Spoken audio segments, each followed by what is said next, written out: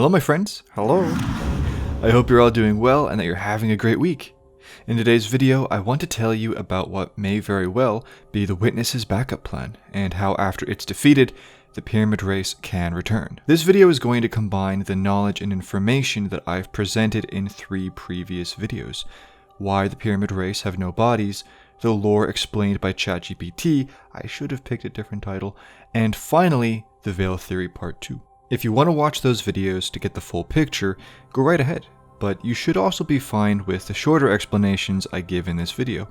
But with all of that being said, let's begin. Allow me to share with you my mindset when it came to piecing this all together. Since about 4 months before Beyond Light, I had believed that there was a race connected to the pyramids and that they had been given a golden age by the Traveler, that they had worshipped the Gardener, and that they had turned on her. However, the Shadowkeep Pyramid was empty. The one in Beyond Light's campaign was empty. Every single ship that we have been in has not had a member of the Pyramid Race, living or as they were before becoming the Witness. And after doing a lot of digging, I came to a new understanding. The race were alive, but they were in spirit form, and that they had lost their bodies. The urns that are everywhere, in every ship we've been in, and even with pyramid architecture on the ground, are very similar to canopic jars. And in ancient cultures like ancient Egypt back in the day, canopic jars were used to contain the organs of a person who was being mummified. This process helped the person transition from this life to the next. So when I see the urns in the pyramids, I see that a transition has taken place. The leaving of one world and the entering into another. The transition from one state into another. Death is very present within the Witch Queen pyramid architecture as well. You have these objects which are designed to be coffins, as this concept art shows.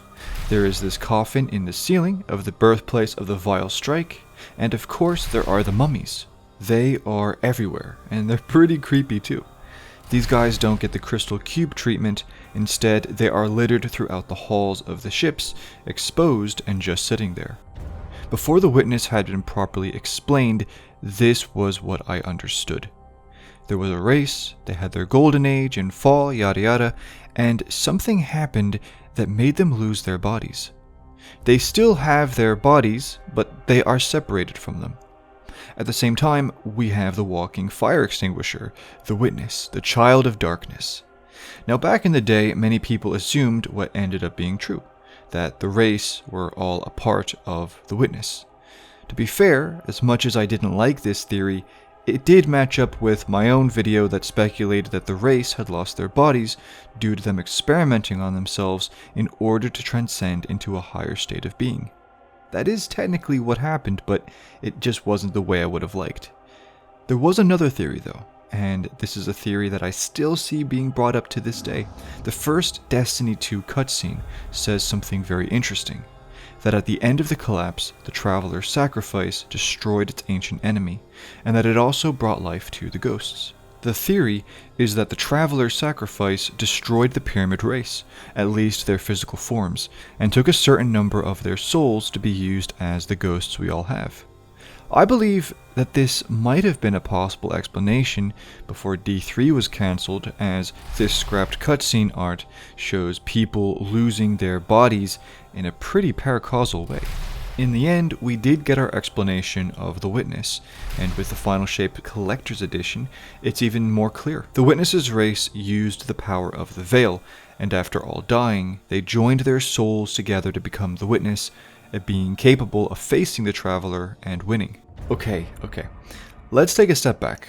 I'm sure there is someone who is going, "Oh, he's waffling, I hate it when he does that."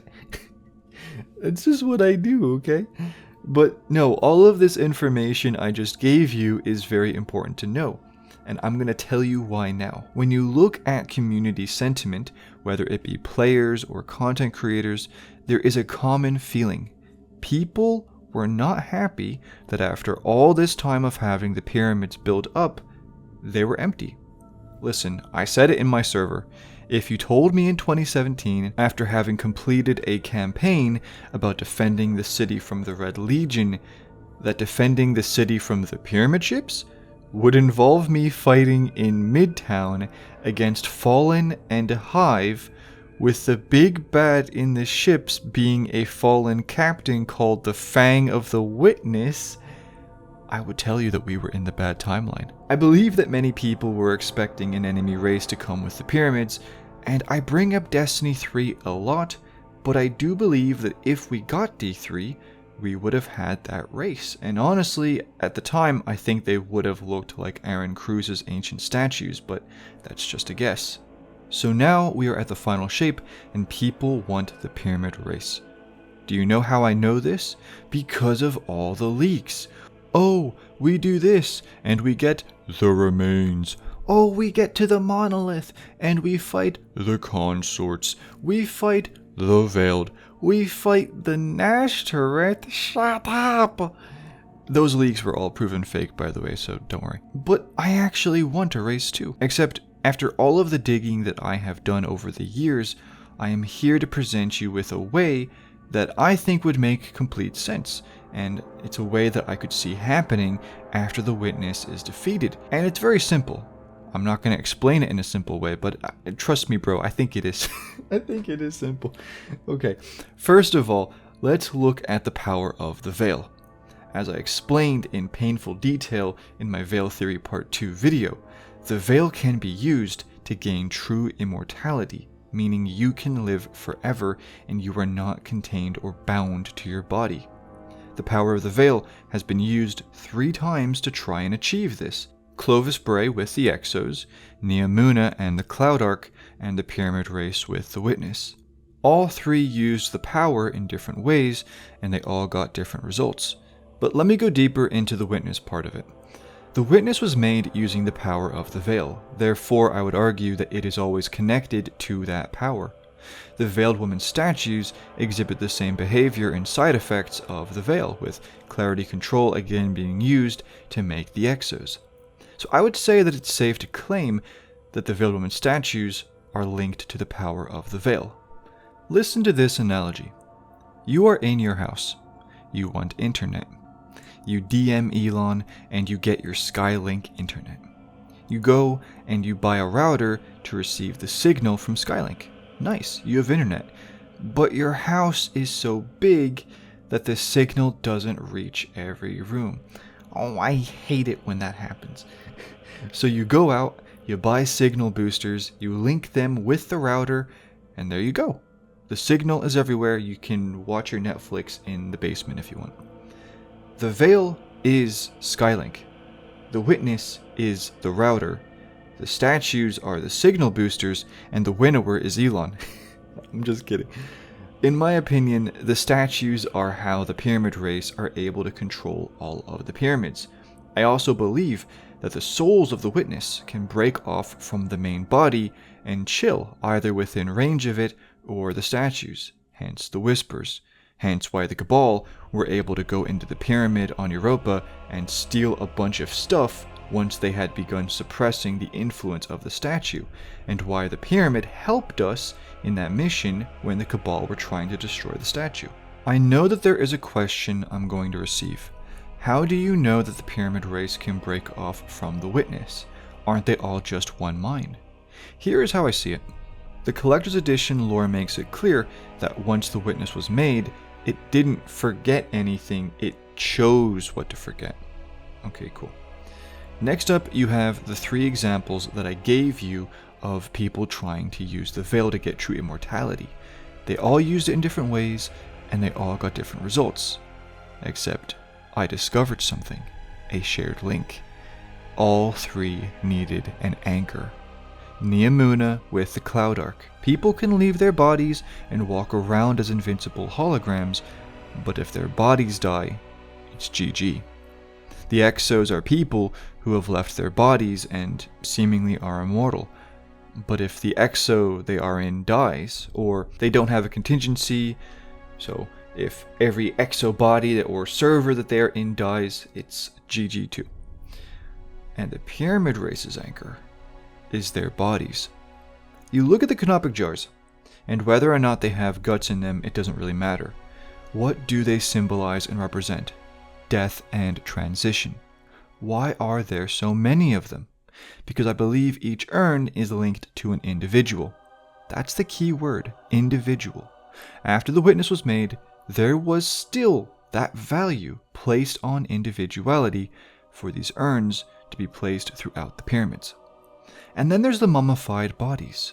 They are wrapped up with trinkets attached to the ropes. If the witness didn't care about the bodies of its race at all, why bring them? Because these bodies are very clearly important to it. My point is this: the witness is a collective, or it's a hive mind in a sense, yeah, but the value of the individual always remained. And going back to the mummified bodies, why have them? The urns symbolically get the message across pretty well. Why would the witness drag along the dusty corpses of its forgotten race? Because, my friend, those bodies aren't dead. I think the first giveaway should be the state of these bodies. At this stage, with how long they've been exposed to the elements, they should be dirt and dust by now. Something is clearly going on for them to be in solid condition like that. But what really sealed the deal for me was the cenotaph mask lore. In that lore, scientists are in a pyramid and they're studying a display case that has a beast cut up and dead. Except they make a disturbing discovery. The body is showing signs of life, and one of the researchers has a feeling that it's not actually dead, but preserved, and that it may be in that state in order to be brought back to life later for some unknown purpose. I believe that this is the key. The pyramid race used the veil to create the witness and leave their bodies, but those same bodies are their anchor. They couldn't properly die. So they used the power of either the veil or their own technology to preserve their bodies. They aren't truly dead, but mainly in a form of stasis. If the pyramids can cut up a beast and a bajillion years later it can be put back together and brought back to life, then I don't see why the souls of the race can't restore their bodies and re-enter them. This would explain why so many went along with this plan of becoming the witness. It meant death, but not really. You take the statues into consideration, and that means that no matter where the witness is, if all of the souls need to, they can access every single pyramid that has a statue, even if it's outside the Pale Heart. So with that in mind, I could 100% see the witness having a backup plan if it is defeated, and that plan would involve the faction that made it returning to the physical realm.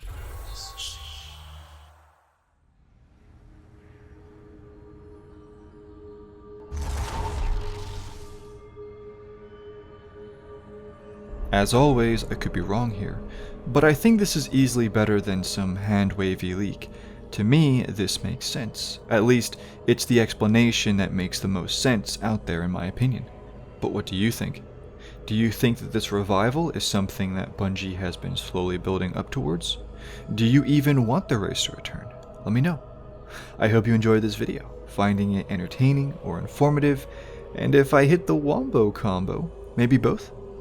Thank you everyone for your support, even if that's just watching my videos. And to my members, you are absolute heroes and I am truly grateful for you. But yeah, with all that being said, I will talk to you all real soon. Take care, my friends. Bye-bye.